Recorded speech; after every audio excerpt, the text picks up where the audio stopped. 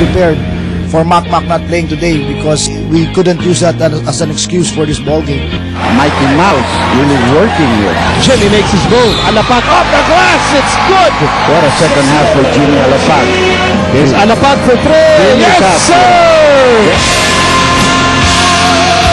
In game 1, LA Tenorio manhandled our point guards, and that's why I issued a big challenge to both Jimmy and Jason to come out and make sure it doesn't happen again. Settle! Let him settle! Yes, sir. That's a three. Take defense. Every possession, come back, take defense, guys. You know, that's what a series is. Teams coming in, punching, making a counter punch, and then figuring out in the end which of the players really comes out to execute and make big plays. And the adjustments were made by the guards of Talking Tex. But you know, nothing like a series that's currently tied at 1 game apiece on a Sunday night. Just like the other one earlier, which almost went into overtime. Both Alaska and Talking Tex have tinkered with their game since Friday because they know that a win in Game 3 could be pivotal. And history has shown that teams that win Game 3, 75% of them have gone on to win the semifinal round and march on into the finals. And I like what Chot Reyes said. It's actually one team throwing a punch and the counter-attack by the other. That's why you call it a series. Dan, that is exactly what he said. Is that Coach Chot or you said? Yeah, I couldn't tell. sometimes in my sleep I hear Vincent Reyes, so actually. Well, he's totally right. And, you know, two of the best coaches in the PBA, Coach Chot, Coach Tim, guys who understand the game, guys who've led their teams to championships. Interestingly, two close friends who both know how to make adjustments and to prepare for each one's counterpunch. So well said by Coach Chot there. Let's take a look at the numbers. In the first game, it was won by Alaska by 16, but Talking Tex roared back in the second game, winning it by 6. Well, it's a series, 1-1. Who knows? Maybe Game 7, we'll see. But Game 3, ever important. The numbers, really the two bottom numbers jump out at me. Both teams scoring relatively close, shooting the ball relatively well from 3 and from the field, but the free throws of Talking Tex have obviously been a problem. 54% way too low. Alaska shooting the ball well. And turnovers for Alaska, the triangle offense, very effective, gets a lot of shots, but sometimes this team is a little bit turnover prone. And again, you can't score if you don't get a shot, so we'll see how turnovers and shooting the ball from the free throw line play out in this game today. The guard play has been significant, and that's why we brought in Alex Compton today to sort of help us understand why this is happening. Jimmy Alapag, nothing in the first half, then explodes in the second half. All of his points happening in the second half and helping along were Castro and Reyes. Interestingly enough, all three had 6 points only, and then in the first game, and then jump out in the second game and produce double that.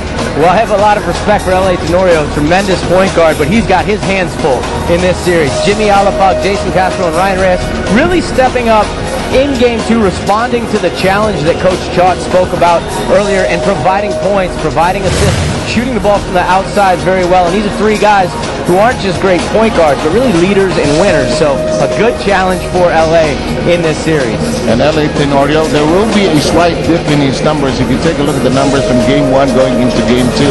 And that's why Alaska had to make some changes in their lineup as well, because you have to keep in mind, Tenorio entered this series already with an injury coming out of the Ginebra series, and he's played tons of minutes. Yeah, well, he's got to play tons of minutes. Really one of the best pure point guards in the PBA. LA Tenorio has been such a catalyst for this Alaska team. And again, he's got his hands full. Didn't have a terrible game, didn't have a great game, but when you're going up against 3 great point guards, as we just showed in Reyes, Castro, and Alapag, it's going to be quite a battle on your hands. And LA getting really the lower end, the worst end of that matchup in Game 2. In the second game, Alaska stepped on the gas pedal in the first half, and part and parcel, or a huge chunk of that first half, was led by Joe Devance. However, in the second half, he was not there for them, as he failed to score anything in the crucial second.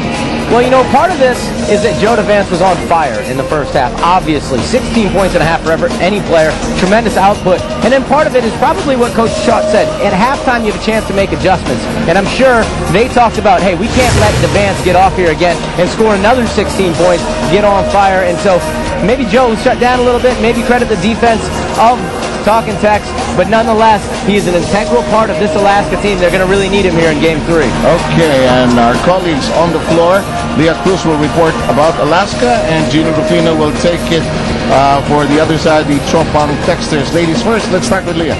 Thanks. playing Seb. Now, Coach Tim Cone actually admitted to me before the game that they were caught a bit off guard when the Tropang Texters slowed down the pace in Game 2. They didn't really push the ball, and basically they beat the Aces at their own ball game. Now, he said they lost.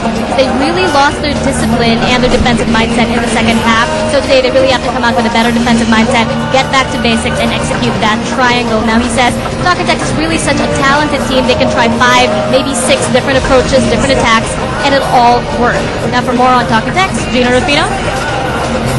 Thanks, Ms. Crucifier. I caught up with Coach Chot Reyes before the game, drawing up plays on his new iPad. How about that? Technology, don't you love it?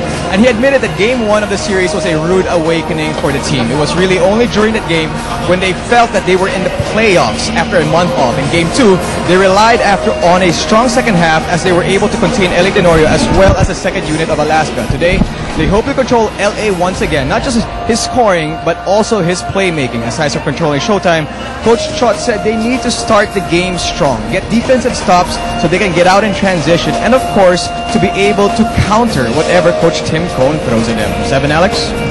Thank you very much. And Gino, I advise you to be careful also because Leah has 1 million fans. Yeah. And, you know. She's got more fans than many of the players in this league. I agree. But they're having fun, the two of them. Pleasure to work with them. But Alex, you've been in a semifinals and a series. Is there something about playing the same team night after night? As we take a look at the two coaches smiling right now, but later on they won't be smiling. Does fatigue set in, or do you know the opponent too well? What are the factors that come into play here? Well, fatigue is probably a reality, but it's superseded by the reality that you want to win so much. And sometimes, even if you're running on fumes and adrenaline, you're going to be coming with the most intensity that you've had all year in this type of playoff situation. So it's never an excuse. And then the other thing I really think is, particularly when you have coaching staffs that are so talented as these two coaching staffs are, they'll come up with great game plans. They'll know what to do and how to throw the counter punches.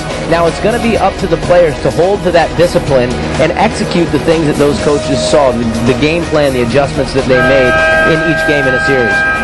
Ladies and gentlemen, good evening and welcome to this Sunday's second game as we continue with the 2010 PBA Fiesta Conference. It is game number 3 of the semifinals between the Talking Tex Tropang Texters and the Alaska Aces. And now, please welcome the starting lineup of your Talking Tex Tropang Texters. At guard, number 3, Jimmy Alapag. At 2 guard, number 17, Jason Castro.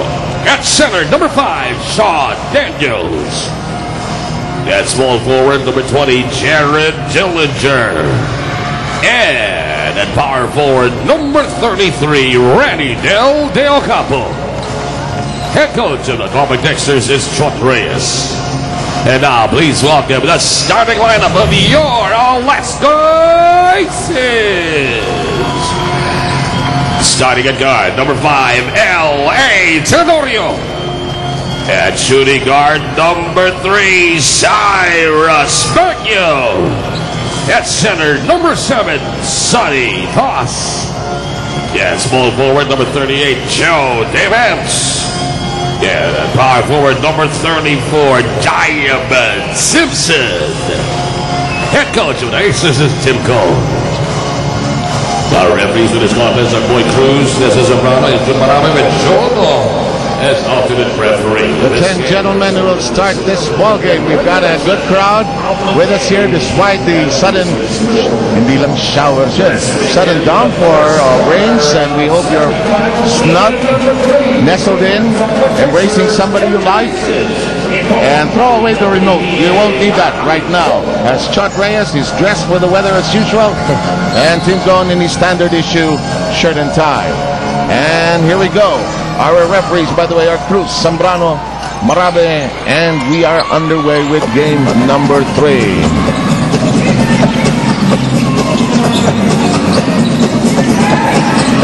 Baguio attacks quickly, and the baseline is wide open. Good execution right off the triangle, off of the up screen. Nobody there for the help defense on the drive. Cyrus read it and his man forced from baseline, but there was no help there